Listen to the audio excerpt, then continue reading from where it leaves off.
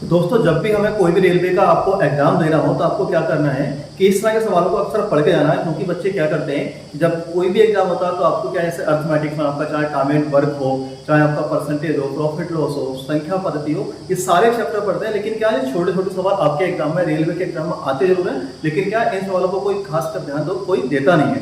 तो इन सवालों को कैसे करना है, देखो यहाँ पर बोला गया है कि एक विचरण का माध्य क्या 20 है और मानक विचलन 4 है, तो इसका विचरण गुणांक क्या होगा। और ये सवाल बिल्कुल फॉर्मूला बेस पर आधारित होते हैं और इसमें क्या बड़ी आसानी से हम सवालों को कर सकते हैं और गलत होने के चांस भी क्या कम रहते हैं। देखो यहाँ पर क्या है, माध्य बराबर कितना दिया है, तो माध्य बराबर क्या दिया 20 और मानक विचलन बराबर दिया कितना, तो मानक विचलन दिया हमारे पास कितना 4। पूछा गया इसको विचरण गुणांक क्या होगा। देखो एक छोटा सा फॉर्मूला याद रखना है विचरण गुणांक का।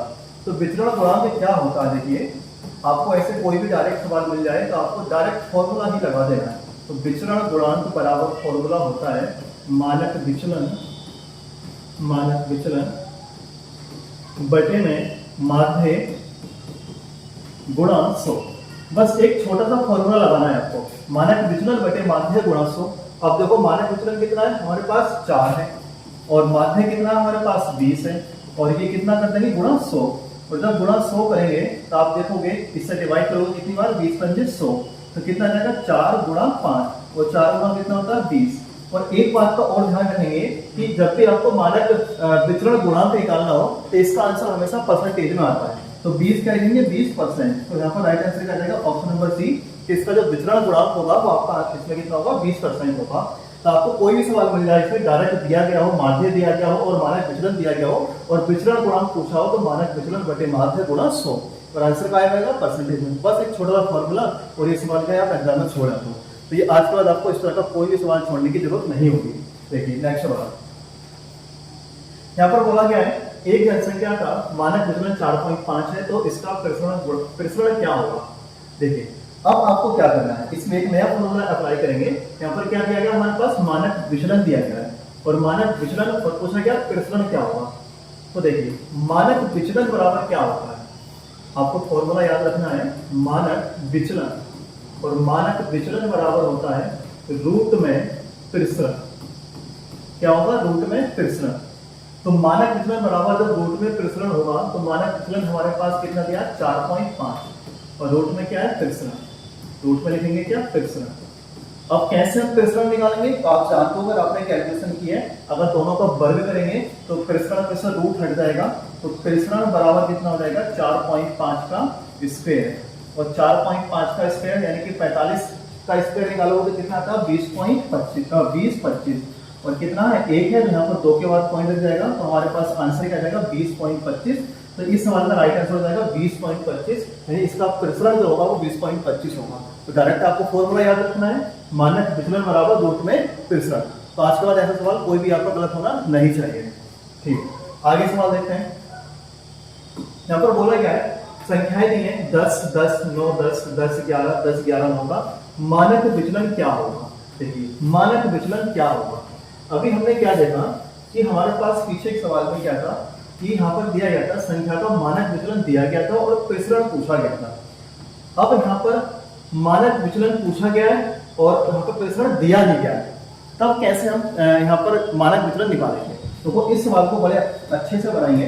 देखिए सबसे पहले क्या करना है आपको, सबसे पहले काम करेंगे कि यहाँ पर क्या दिया संख्याओं को आप चाहे आरोही क्रम में लिख लो तो क्या आ जाएगा 9, 9 कितने 9 में 3, 1 2 3 4 5, 5 कितने 10, 1 2 3 4 1 2 3 4 5, 9 कितने 1 2, अच्छा 2 9 है और 1 2 3 4 5, 5 कितने हैं 10, तो कितने हो जाएंगे 1 2 3 4 5 6 7 और 11 बच गए कितने 2, एक ये एक। इससे आप क्या करोगे आरोही क्रम में लगा दिया और आरोही क्रम में लगाने के बाद आप क्या करो इनका आप माध्य निकाल दो यानी औसत निकाल दो।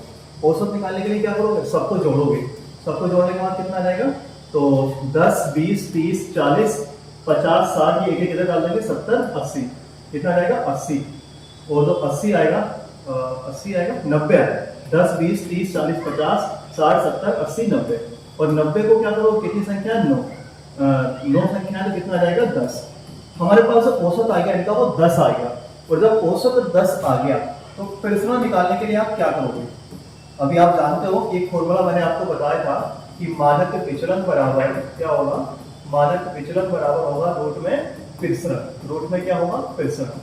तो आपको प्रसरण निकालना है, तो प्रसरण निकालने के लिए आपको क्या करना है? देखिए रूट में क्या करोगे? प्रसरण निकालने के लिए जितनी भी संख्याएं हैं आप क्या करोगे? जितनी संख्याएं हैं आप उसमें से ये जो हमारा माध्य आया है उसमें से घटा के जितना भी बचेगा उसका स्क्वायर कर दोगे रूट में। ऐसे 10 है, पहली संख्या 9 है, 10 में से 9 जाएगा तो कितना बचेगा? 1। 1 का स्क्वायर कर दोगे प्लस 10 में से 9 जाएगा तो कितना बचेगा? 1। 1 का स्क्वायर कर दोगे प्लस 10 में से 10 जाएगा तो कितना? 0 का स्क्वायर कर दोगे प्लस 10 में से 10 जाएगा तो 0 का स्क्वायर प्लस कितने 0 है?